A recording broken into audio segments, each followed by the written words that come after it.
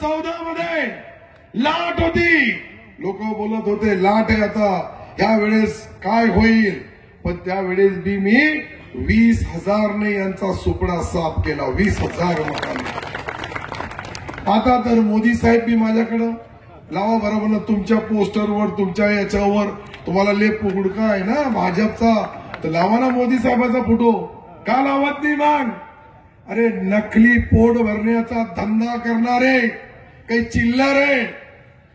मी चिल्लर यासाठी सांगतो का ते नाव घ्यायचे बी कामाचे. नाव तर त्याचा घ्यावा लागतं जो आपल्या समोर लढणारा असला. अरे एक तरफ छटाकभर, दुसरीकडे 1 किलोचा माणूस.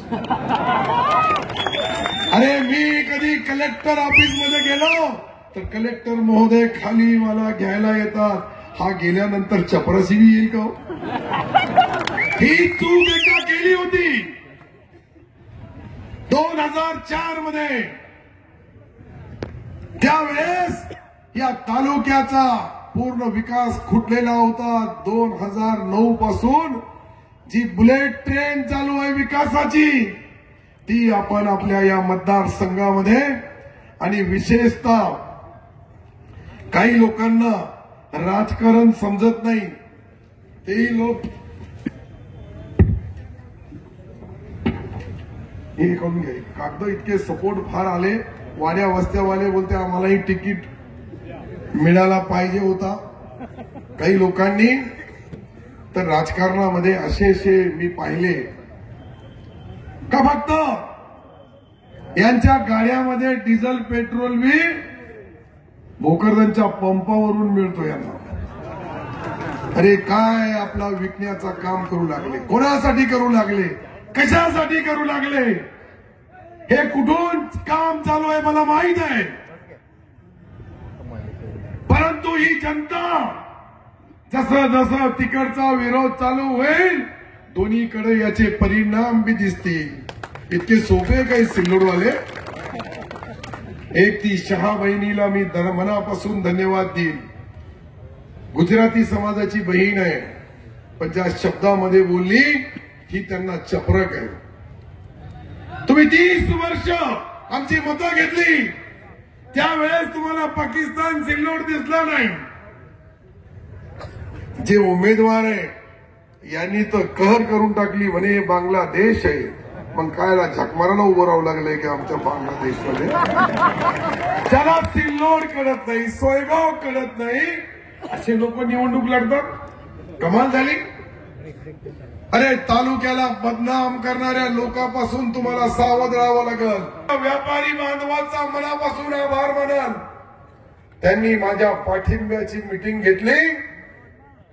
त्यावेळेस विथ फॅमिली 1000 व्यापाऱ्यांनी त्यांचे मुलं बाळ सहित मला पाठिंबा दिला.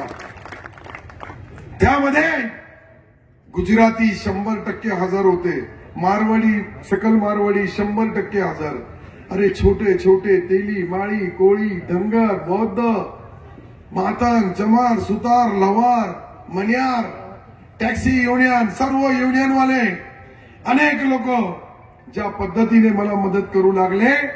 अरे मी ज्या वेळेस अजिंठा लेणी या ठिकाणी त्या विरोधी लोकांना सांगतो की मी जे नारियल फोडलं होतं डॉक्टर बाबासाहेब आंबेडकरांच्या स्मारकाचा, त्याचा काम जो पाहून द्या मला. जाण्याचा भाडा येणं मी देईल, भाडा तोडा, पण जाऊन पहा. डॉक्टर बाबासाहेब आंबेडकरांचा 51 कोटी रुपये खर्च करून जन्मापासून शेवटच्या श्वासापर्यंत काय केलं त्या नेत्यांनी, त्याची माहिती एक एक जगाला माहीत पडावं यासाठी मी त्या 51 कोटी खर्च करू लागलो. आणि काही वेळे बोलतात का नारियल फोडू लागले. यांचा डोका फोडणार काही दिवसांनी लोक. छत्रपती शिवाजी महाराज यांचा स्टॅच्यू बनवला. त्या ठिकाणी शिवसृष्टी बनवू लागलो 61 करोड रुपयाची. संत सेवालाल महाराज 51 कोटीचा डीपीआर, 11 कोटीचा मंजुरी मिळाली. टप्प्याटप्प्याने दुसरी होणार. सिल्लोड शहरमध्ये ज्या वेळेस मी प्रवेशद्वार बनवला शिवाजी महाराजाचा, त्यावेळेस दिशाभूल करण्याचं काम केलं का आता गावामधला पुतळा बाहेर